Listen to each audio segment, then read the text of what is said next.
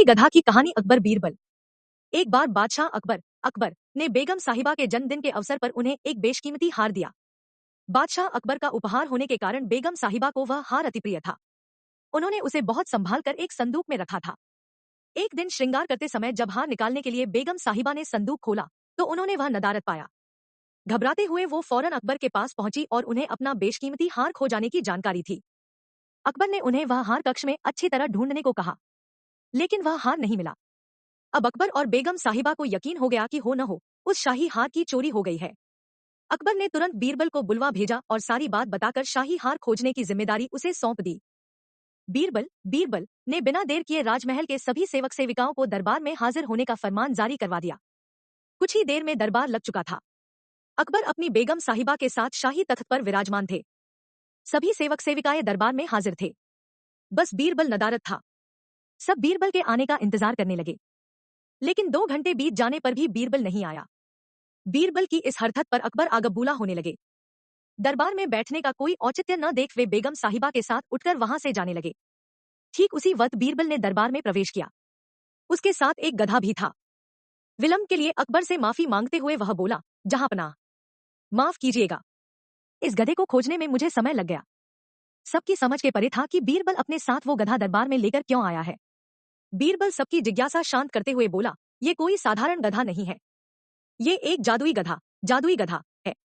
मैं ये गधा यहाँ इसलिए लाया हूँ ताकि ये शाही हार के चोर का नाम बता सके। बीरबल की बात अब भी किसी के पल्ले नहीं पड़ रही थी। बीरबल कहने लगा, मैं इस जादुई गधे को पास ही के एक कक्ष में ले जाकर खड़ा कर रहा हूँ। एक एक कर सभी सेवक सेविकाओं को उस कक्ष में जाना होगा और इस गधे की पूंछ पकड़कर जोर से चिल्लाना होगा कि उसने चोरी नहीं की है। ध्यान रहे, आप सबकी आवाज बाहर सुनाई पड़नी चाहिए। अंत में ये गधा बताएगा कि चोर कौन है। बीरबल गधे को दरबार से लगे एक कक्ष में छोड़ आया और कतार बनाकर सभी सेवक सेविका उस कक्ष में जाने लगे।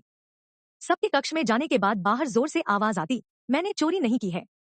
जब सारे सेवक सेविकाओं ने ऐसा कर लिया तो बीरबल गधे को बाहर ले आया। अब सबकी निगाहें गधे पर थी, लेकिन गधे को एक और खड़ा कर बीरबल एक विचित्र हरकत करने लगा। वह सभी सेवक सेविकाओं के पास जाकर उनसे हाथ आगे करने को कहता और उसे सूंघता। बादशाह अकबर और बेगम सहित सभी हैरान थे कि आखिर बीरबल ये कर क्या रहा है। तभी बीरबल एक सेवक का हाथ पकड़कर जोर से बोला, जहांपनाह, ये है शाही हार का चोर। तुम इतने यकीन से ऐसा कैसे कह सकते हो बीरबल? क्या इस जादुई गधे ने तुम्हें इस चोर का नाम बताया है? आश्चर्यचकित अकबर ने बीरबल से पूछा।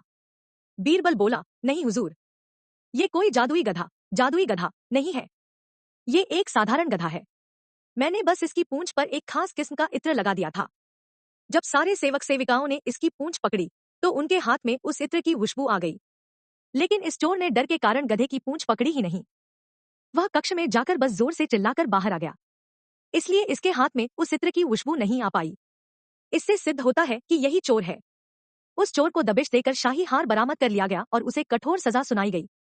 इस बार बीरबल की अक्लमंदी की बेगम साहिबा भी कायल हो गई और उन्होंने अकबर से कहकर बीरबल को कई उपहार दिलवाए।